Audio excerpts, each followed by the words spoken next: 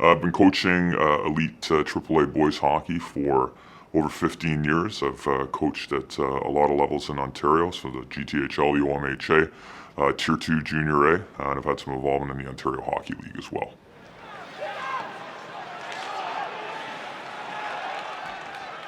In my opinion, there's three different types of crazy hockey parents, as it were. The one that's existed for the longest is the parent who believes their son is a superstar, and this belief was brought at 10. So they think no matter what happens between from 10 years old till their OHL draft and their NHL draft, if they're lucky enough, everything revolves around that moment. We're doing everything. So every decision a coach makes, every decision they make as a parent, who they play with, who their coach puts them on the same line with, that's it. And it's way too much involvement. It's way too much pressure on the kid. And for a coach, it's an absolute no-win situation. The other hockey parent, which I think has become more prevalent in the last 5 to 10 years, is that helicopter snowplow parent, where there's absolutely no way you're allowed to be tough on their kid. You can't hold them accountable for gameplay. You can't hold them accountable for their actions on the ice or at practice. They need to be treated with kids' gloves and no discipline, no anything, which is a tough thing when you're playing a team sport.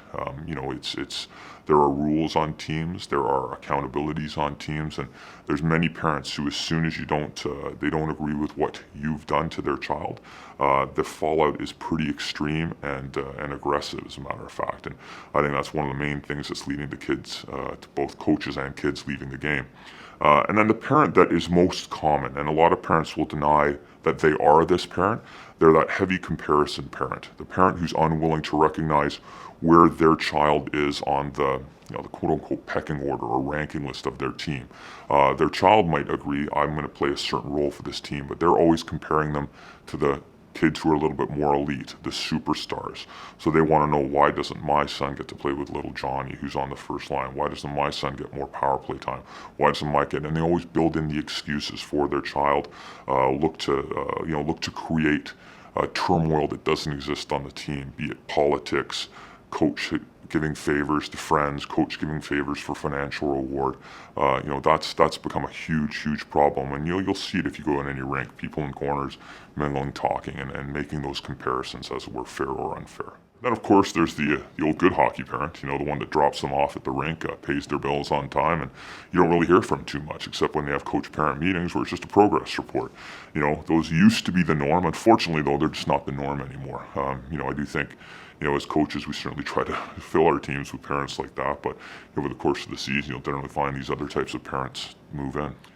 I do believe that a chunk or a subsection of hockey parents are ruining minor hockey right now, and I think also to be held accountable with them are the administrators of the hockey clubs that are allowing these parents to do so. There's been a lot of examples I've seen personally of kids chasing the dream, parents chasing the dream for their kids, and others that I've witnessed on the other side of the bench as a coach. Many cases of people making significant moves for their children. In a lot of cases, you'll have kids who live in Newmarket, Whitby, Barrie, heck, Owen Sound, Kingston, that want to come to Toronto because their parents believe that this is the epicenter of minor hockey and their kids need to play with better players. So, rightly so, the minor hockey organizations that they're leaving won't just let them leave. You have to get what's called an F1 waiver and then a number of releases to get in Toronto. Those are almost impossible to get. So we've seen everything from parents getting paper divorces. So by that I mean just getting a divorce, a $650 divorce, where someone establishing a residence, like a low rental property where you can have an address, but still live together, which is again pretty extreme. Many parents, there's a few lawyers in town that specialize in doing this, will turn over legal guardianship of their child to somebody else so that they can live in the 416 area code or 905 area code so that their son can come here.